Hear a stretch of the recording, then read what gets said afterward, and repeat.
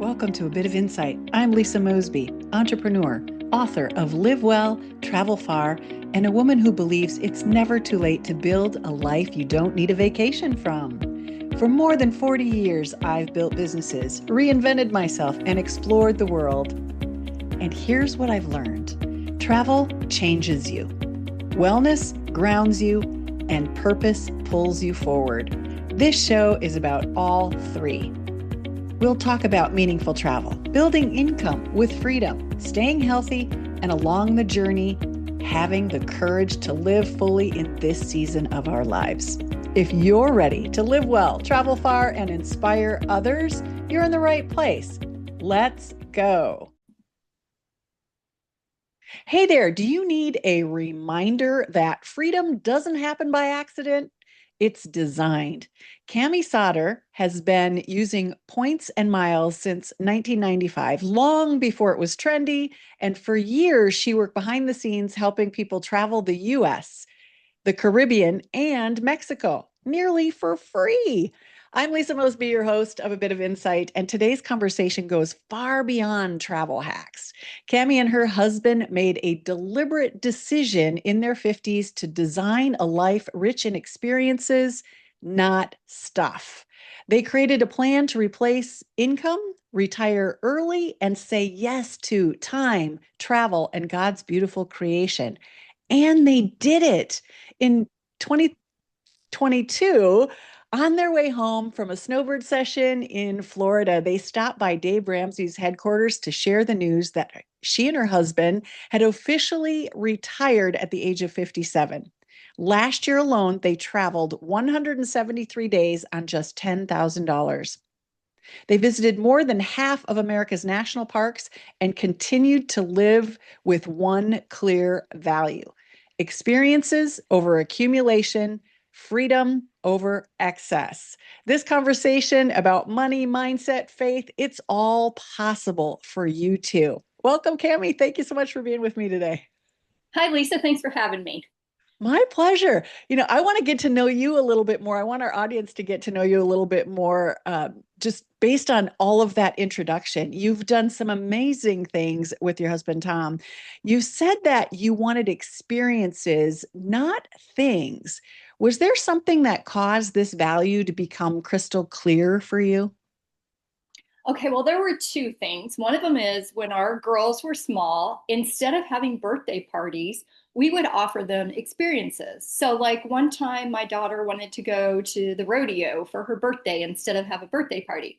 So, in their whole growing up years, I think we only had two birthday parties or maybe three. So, we were doing experiences instead of parties and stuff, right? And then when we were in our 40s, we had two friends die suddenly. We had one of our best friends died at 48 of a heart attack, and another friend died in his early 50s. And I think that when that happened, it was a total mind shift change for us to we're not going to wait to live.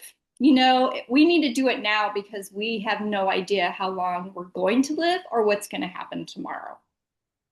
And when you and I had coffee and chatted about this, you mentioned something, and it was the statement that just resonated with me. And the reason why I wanted to talk to you about this, you said that your husband shared with you. He made a statement. I don't want to die at my desk, and I think about that for me because I do spend a lot of time at my desk, way too many hours, and yet I get to travel. In comparison to many folks out there who are working 40, 50, 60 hours or more, that just connected, and I wanted to share that with our audience. Is how did that make you feel when he said that to you? Well, I could tell he was pretty intentional about not climbing the corporate ladder. He would have opportunities to be a manager or something like that. And he's like, no, it takes away too much time from my family. I want to be able to go to work my 40 hours, make enough money for us to live, and come home and spend time with my family. So that was a very intentional decision that he made early on. And we're going to get more into the details on that. But first, I want to know, how does travel connect to your faith and your desire to see God's creation? Well, I really think that travel can connect what you know already, what you're reading in the Bible, what you know about God, with actually seeing it. Like it's like reading a book about somebody or having a conversation with that person, you know, like it just makes it more real. And also, like when we've been out, when I see a beautiful sunset or a double rainbow or any of the things that you can see when you're out traveling, snorkeling, for instance, like when you put your face under the water, it's just amazing what you can see. And so when I travel, I'm not just sightseeing, I'm looking for the fingerprints of God all over everything. And one example I'll give you of that is, you know, we're down here in Florida snowbirding, and I have a beach that I go to here every year. And this year I went over for the first time and I started walking and I bent down to pick up my first sand dollar. And when I stood up, a military jet flew over. And those are two of my favorite things to do here. And so for me, God saw me. He saw me in that place at that exact time, at that exact moment, and gave me two things that I absolutely love. It was just like a huge hug from God. And so I look for that kind of thing when I'm out traveling. And that started a long time ago. We were comparing notes again at coffee that you had your first airline miles card. And I don't remember which airline you said it was. In 1995, you got your first card. And we looked up mine on Delta was 1989 was my first card. You know, what did you understand early that most people just, or they're just learning now, or they're learning it, after they retire? Yeah, so we had some friends who actually introduced us to it. We lived in Dallas at the time, and that's the American Airlines hub. And so we got an American. They were saying this was back when you wrote checks for everything, right? So they were saying we put every single thing on our credit card. I'm like, what? You don't write checks for things? They're like, no, we put everything on our credit cards because we're trying to earn miles to go on trips. And I'm like, well, that's a very fascinating idea. So then I decided I was going to do the same thing. But you know, part of it is actually spending time learning about that. Like you can't just jump in and know everything there is to know. There is definitely a learning curve for that. So that was one of the things that I did. And what I learned was that putting those everyday spending dollars on a credit card was going to earn you miles towards travel. But the second part of that is, and everyone should understand this, is you never want to keep a balance running on a credit card, right? You want to pay your credit card off every month because otherwise you're paying interest and you're not getting free travel. So those are the two things that I had to learn right off, putting everyday expenses on and making sure you pay off your card. And I think anybody who's thinking about getting into this definitely needs to start with those two things. Exactly. There's some misconceptions sometimes that people might have about using points and miles responsibly. Do you have any thoughts on that? Well, one thing I learned too was that most people that are in the points and miles sphere, they don't actually earn their points and miles from flying. Okay, so they're going to earn it. You're going to earn it from signing up for credit cards. Credit card companies give you these gigantic bonuses for meeting these minimum spends, and that's how they get you into this game, right? And then the other thing is, besides your everyday spend, think about the big things in your life that you have to pay for. So, like for us, one of the things we do is give a lot of money to charities. So, we put our charitable giving on our credit cards if they allow you to do that.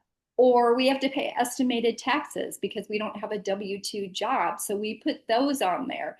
So, there are things like that where that can help you earn those minimum spends. And it's not charging things that you wouldn't normally pay for anyway, right? So I think a lot of people think they have to spend a lot of money to get a lot of points when that's not true. If you're just spending the money that you already are spending, but you're putting it on a credit card, then that's how you're going to get a lot of points. And the other thing is to remember that it's credit card points and miles are depreciating assets. What I mean by that is that they go down in value over time. So if you've been in the game at all for very long, you'll see, okay, well, you used to be able to buy, you know, a plane ticket for 25,000 miles. Well, now it might be 35,000 miles. So you don't want to hoard your points as you get them. The whole reason you're doing this is so that you can have freedom to go on trips for free. So don't hoard your points, use them to go on those trips that you want to go on, right? Absolutely. And it was like a slap on the hand when you said that to me, when you shared that to me, because I was going, what? You can put your estimated taxes on a credit card? I've been paying estimated taxes for almost 40 years as an entrepreneur, and never have I put them on a credit card. How many points have I Right. missed out on over 40 years? It was like I could have had a V8. And then the other one was, don't hoard your points. I've been kind of I only use points for air miles. I never use them for hotels, but yet hotels oftentimes you can get 10 times your points. And so I've been doing this a long time myself, and I still learned some key takeaways from our conversation on how you guys have been able to do this. 173, was it Yeah. 173 days last year for $10,000? I'm a nomad trying to live on the road 365 days a year. That's why I need to pick your brain. That's why we're here today, folks. You guys made a plan in your 50s to replace Tom's income so that he could retire early. What was the mindset shift? Because I know I went through a mindset shift myself when I gave up all my stuff and said, hey, I'm going to live from my car. I want to go experience all that I can experience before I'm too old and it doesn't work in my lifestyle anymore. But what was the mind shift? What had to happen before you could get the math to work? I think the biggest thing that had to happen was for us to say we can actually do this. But I'll tell you how it occurred, how that happened. So we were going to this church, and I was helping to teach Dave Ramsey classes, right? And so the guy who was leading it, he was, I want to say, beyond Dave Ramsey, because once you get the whole Dave Ramsey thing down, it's like, what's next? I know how to budget my money. I know how to live within my means. I don't have credit card debt. I have my house paid off or whatever. So, what's beyond that? So now you actually have money that you're not giving for a car payment or a house payment or whatever. And this guy had tapped into real estate. So he had like all these rental houses. So he's like, you guys need to do this. And we're like, I mean, like to us, that was just like, what? Like, he's like, if you guys did this, Tom could retire early. And we're like, I mean, that was a whole thing that we had never, ever, ever, ever thought of. But we sat down, we wrote it out on a piece of paper. We figured out the numbers of how could we do this, and we could do it in 5 years. And that was in our 50s. So once we caught that vision, we stuck to it and we did it. Yeah, we talked about I'd rather be lucky than good, maybe lucky or good at real estate investing, and how you rolled into income, like buying a property and rolling it into the next one, or duplicating and rolling it into two or three. Can you talk about that experience a little bit? How did you do that? Because I think it's still intimidating. We know lots of people who are doing fix and flips and still doing that today, but the market is much more saturated. There are many, many Airbnb, VRBO, all these other short-term rentals on top of long-term rentals. Again, how do you take the intimidation out of some of that for folks that are listening? I think if I had it to do all over again and I was younger, but you can always start at any age, I would tell somebody buy a duplex, right? Buy a duplex. You live in one side of it, you rent out the other side, and you let that person make your house payment for you, right? Like that's a place that it could start. And then as you get more money, like let's say that ends up paying off your house or whatever, then maybe you make that whole thing a rental and you go buy another house. Like you just try to start snowballing that. And another thing that we've done that's been actually even better than owning rental houses for us is we had some money then because like I said, we didn't have a house payment and stuff, and we started lending money to flippers. And that's actually been the very best thing to grow our income is lending money to people who are flipping houses, and it's still being done. So Find what fits your personality and follow through with that. Yeah, if it makes you nervous to do the houses or do the flipping, maybe it's being the investor or the financial backer. I love that idea. You've visited. Let's shift gears away from miles. Let's talk about like life experiences. As you're enjoying these experiences, you've visited more than half of the national parks. What has slow, intentional travel taught you about yourself and you two as a couple? Okay, well, I don't know that we do slow travel. Okay. Let's say intentional travel for sure. Okay. So I already knew that I had the gift of administration. That's just something, excuse me, that God gave to me. I'm one of those people that's like super organized. And so when I started planning trips, I became very detailed in that. So like I have, you won't be surprised to know that I have a packing list for every kind of trip. I have like a trip template that I follow. And so it goes with, okay, well, where's your hotel and how many points did you pay for it? And where's your car rental? And did you pay for that with points? And what are your flights? And did you pay for those with points? And like I keep a spreadsheet on all of that because I want to know.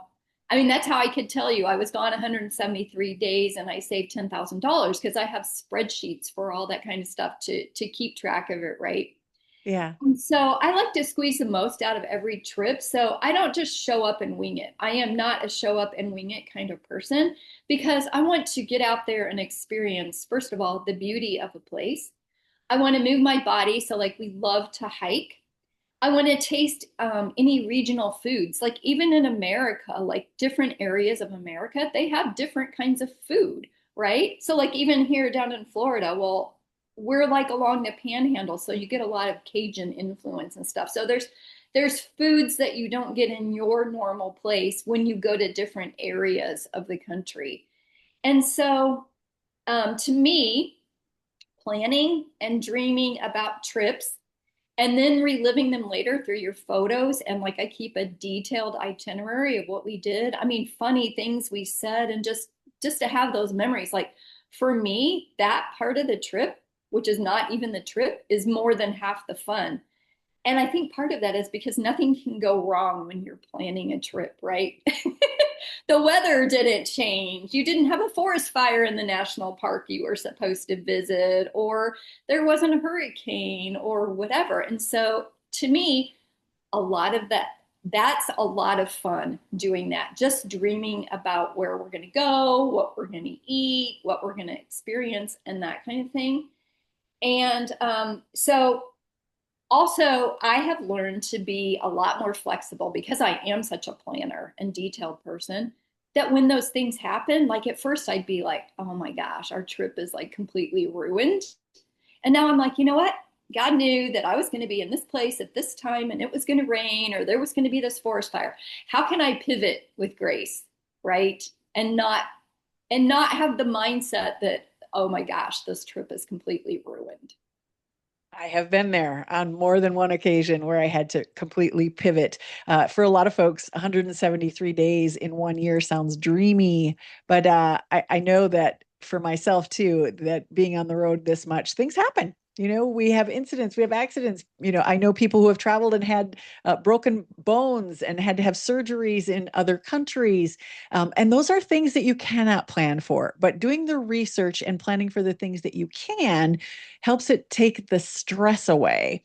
Are there systems in place? You said the packing template, you said you do your research and have an extensive itinerary. Those are ones that I pulled out of that last section. But what other systems made it peaceful instead of exhausting? I need some tips on this myself because jumping from place to place, sometimes it's difficult for me to find peace. I'm moving from the panhandle here in 2 weeks and don't really know where I'm going yet and have a little bit of uneasy feeling about that. And so I can't always tap into that peaceful sense. How do you do that? How do you maintain your peace and not get exhausted? Well, I think part of it is the pre-planning. So like, I am here on my snowbird trip in the Panhandle, and I'm planning out my trips for the whole year because I'm not living my normal life here. And so I think for you, that would be harder because wherever you go, you're living your normal life, right? Because that's the life you're used to. But my responsibilities that I have at home, I don't have here. So I have more free time.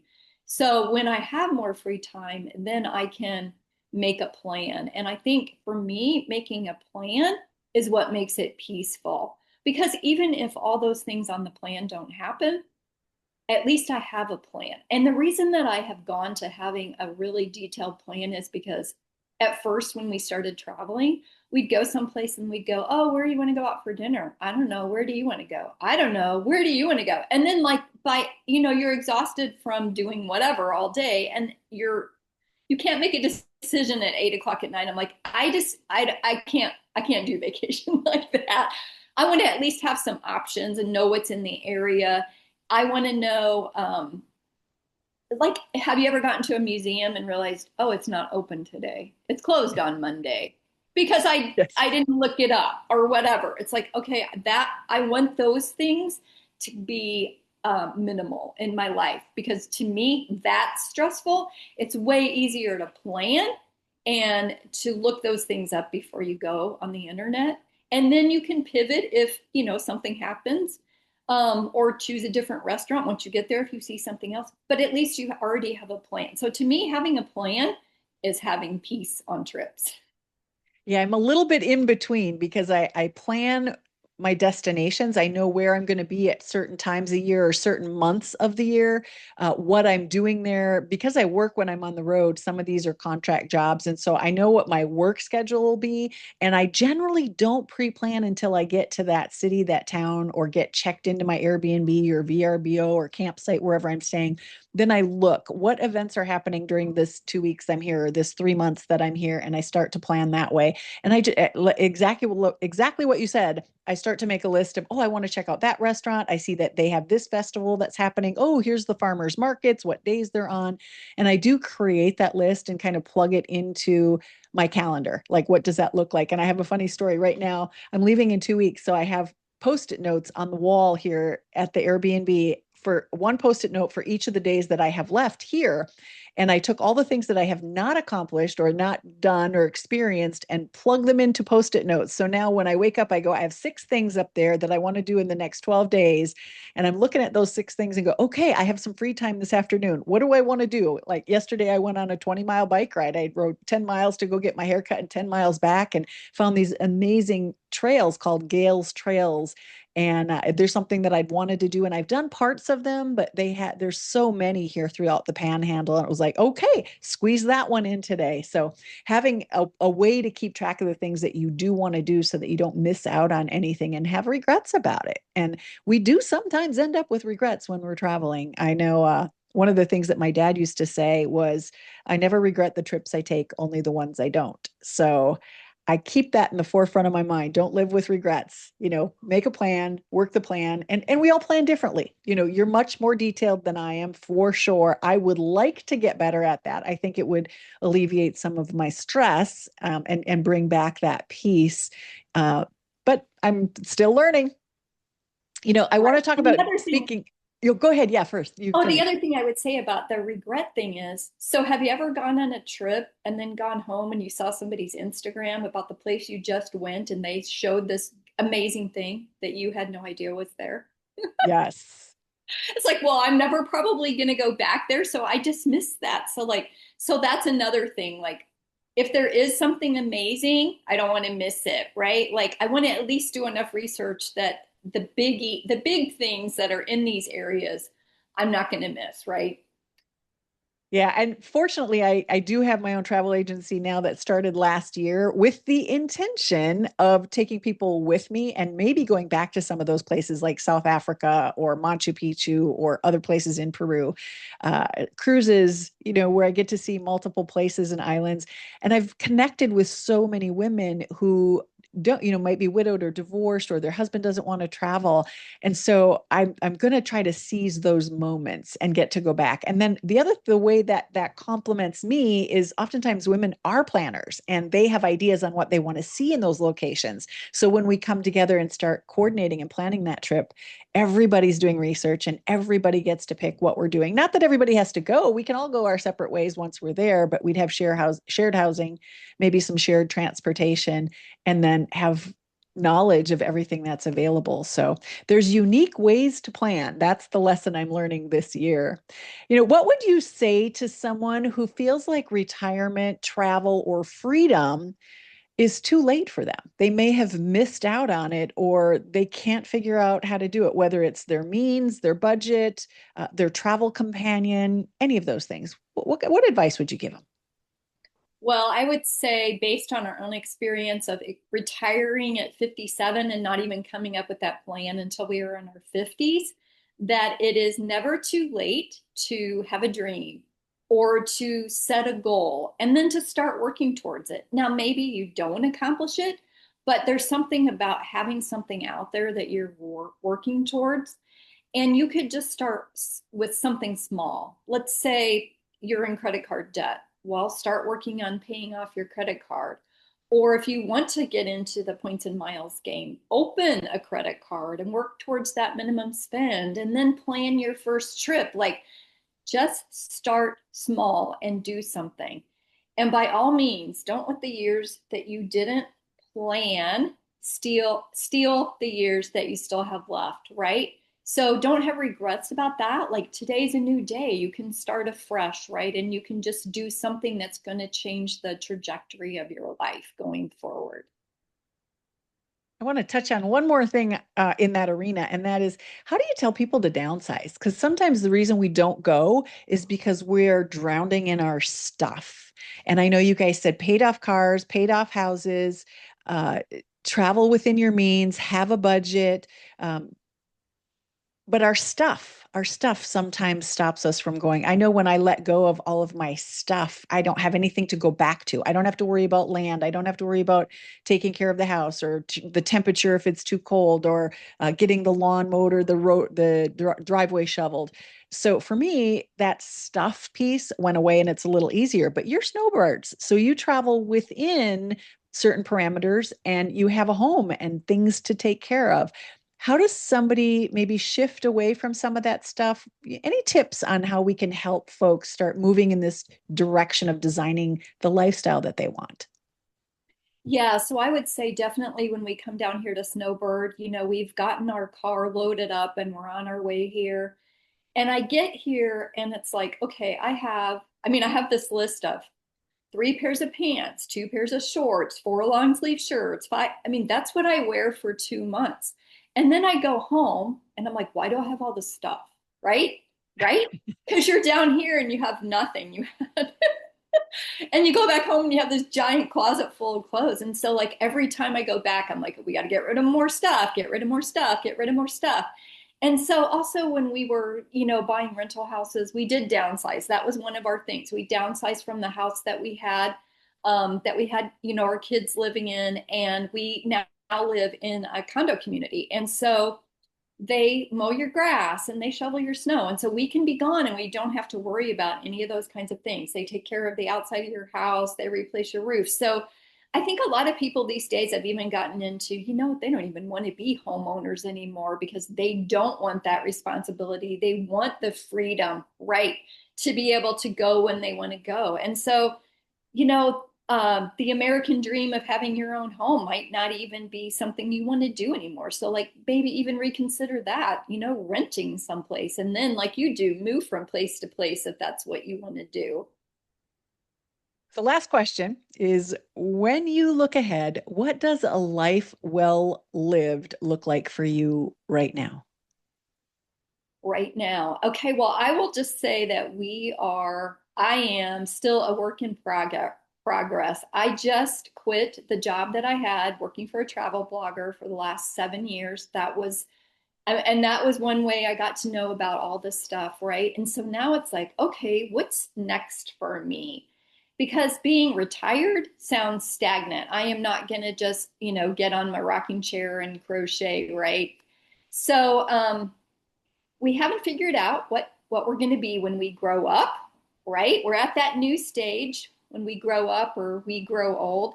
So right now we're just open to reinventing what life looks like for us. And so one thing is you just never know, like that one person that introduced us to real estate, who the next person that comes into your life is that can introduce you to something that can completely change the trajectory of your life, right? Like, if I hadn't met that person, honestly, we would have never done that. We just wouldn't have. We never would have thought of that ourselves. And so I think that's what I'm open to looking for, that. Like, who is the next person or the next that's going to bring the next idea into our lives, or something that I had never even thought of before, that's going to be what we're going to do for this next season. So I guess being open to finding that person or seeing that circumstance come about, that's kind of what we're looking for. Beautiful. Thank you so much for being with me today. This was a wonderful conversation, and I know I walked away with quite a few tips myself, and I'm sure our listeners did too. Thanks for having me, Lisa. My pleasure. Hey, folks, I'm sure you had a takeaway or two in here. Get those debts paid off. Start to plan your life like a vacation. What do you want for your future? And it's never too early or too late, depending on where you're at in life. All of this is possible and available to you. If I can be of service or of help to you, certainly reach out to me. And same with Cami. We'll have contact information for her in the show notes. This has been a bit of insight with Lisa Mosbey. Come on back next week. We'd love to share more with you on travel tips, travel ideas, and how you can be successful as a world traveler. Thanks, everybody. Thank you for joining me on A Bit of Insight. If something today stirred your curiosity or lit a spark, don't let it fade. Through Insight Getaways, I curate intentional travel experiences around the world, and I also help women book unforgettable journeys they design. Whether you want to explore solo, travel with friends, or join one of my escorted group adventures, there's a place for you. You'll find details, resources, and upcoming experiences at insightgetaways.com. Be sure to share this episode with someone who needs a little courage and clarity. Let's spread the message and reach more women ready for their next chapter. Until next time, live well, travel far, and inspire others.